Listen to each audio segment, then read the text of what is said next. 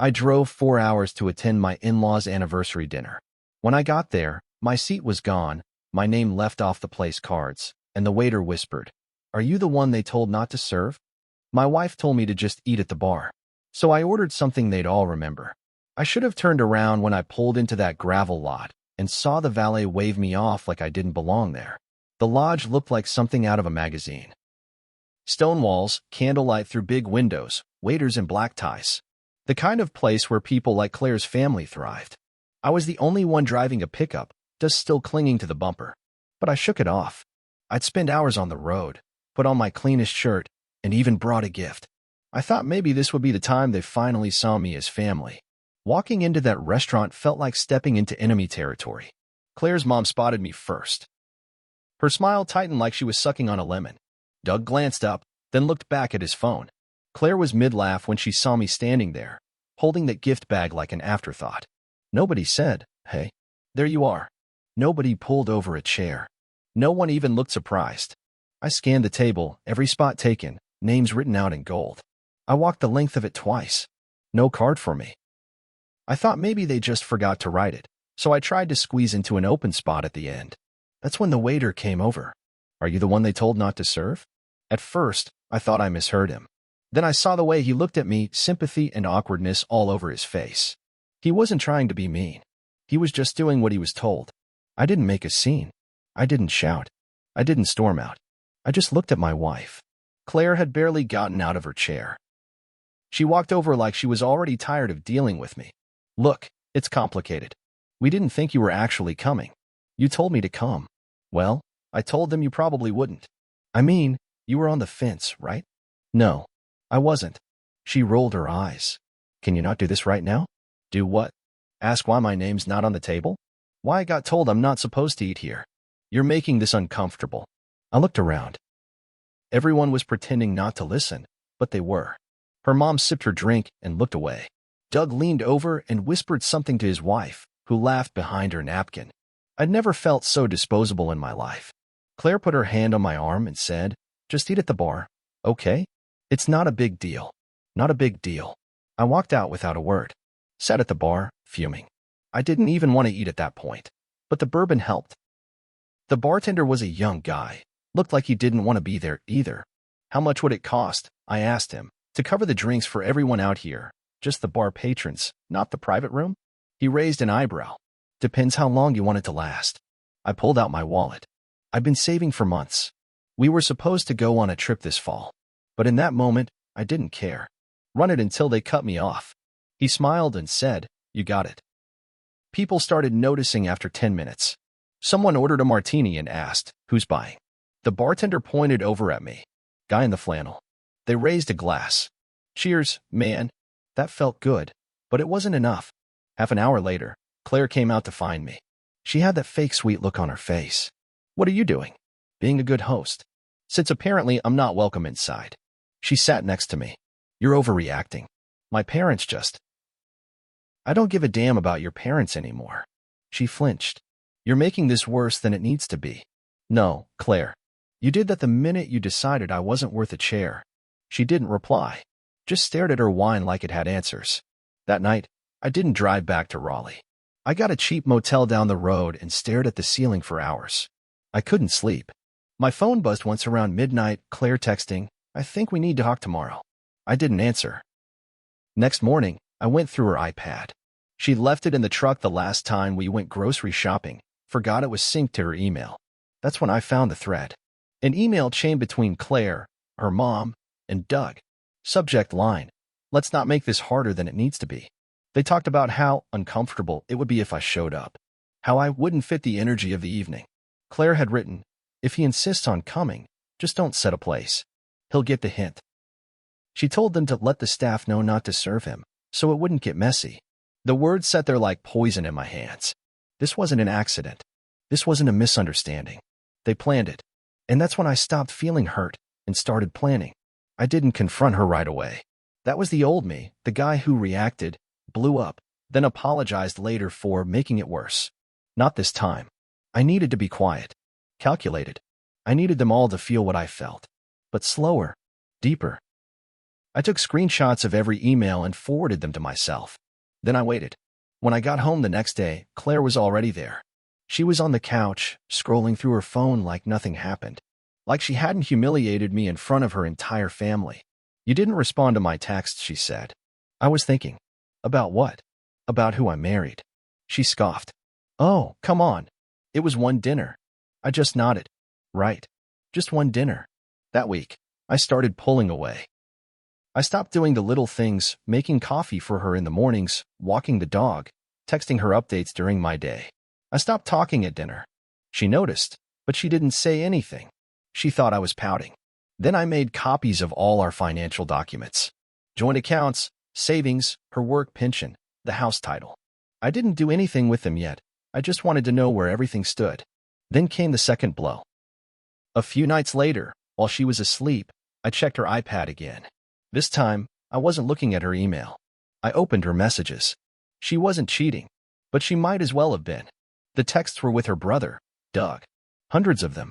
Most of them were about me. Does he ever read? Doug wrote. Guy seems like he only talks in truck noises. LOL, I know. He fixed the sink today and acted like it was brain surgery. Do you even like him anymore? Her reply, it's complicated. Complicated. That was the word she used to describe me. Not, yes. Not even. I still care about him. Just, it's complicated. Then, one from just last week. If he lost the house, would he even fight it? He doesn't know what half of it's worth. I sat there on the edge of the bed, the iPad heavy in my hands, while she slept a foot away from me like I didn't exist. Like I wasn't her husband. I started watching everything more closely. She had a second savings account. She was quietly moving money.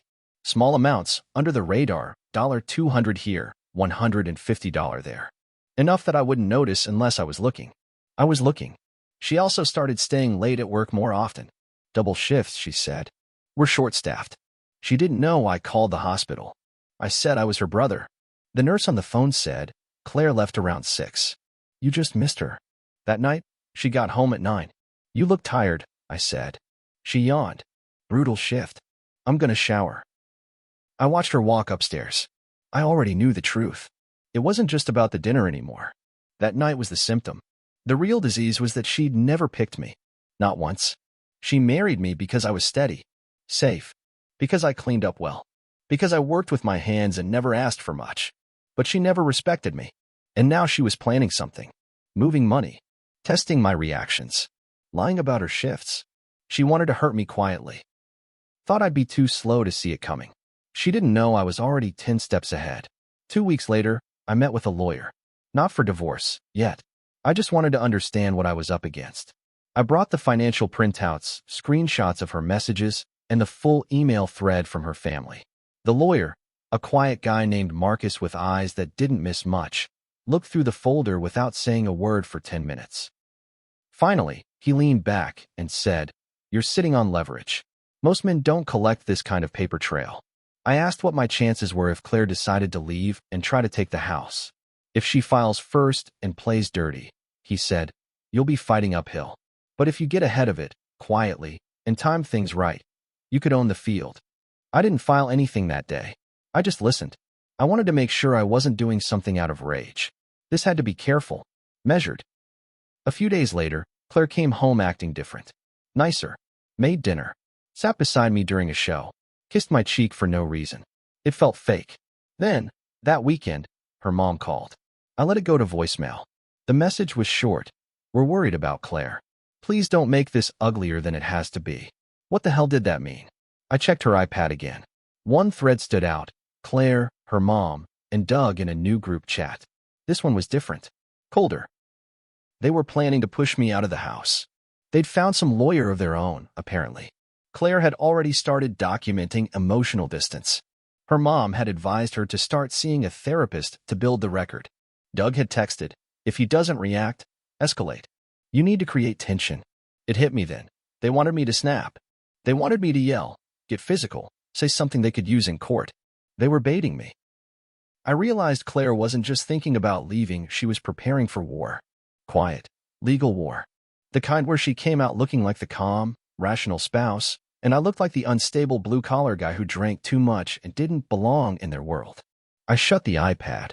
Sat in the garage for an hour, thinking. Then I remembered something.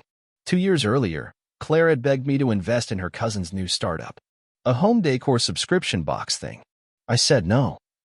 It was a terrible idea, but she went ahead anyway, using money from our joint account. That startup never made it off the ground, but I still had the email with the wire transfer and her text, bragging about going behind my back. Now I had financial misconduct, undisclosed assets, reckless spending without consent. That night, I made one final move. I contacted Claire's HR department anonymously, told them she'd been clocking hours she hadn't worked, and gave them dates to cross-check. She'd been logging 12-hour shifts, but security footage would show her leaving early, sometimes 4, 5 hours early. They'd find out soon enough. By the time she realized someone had tipped them off, I'd be long gone.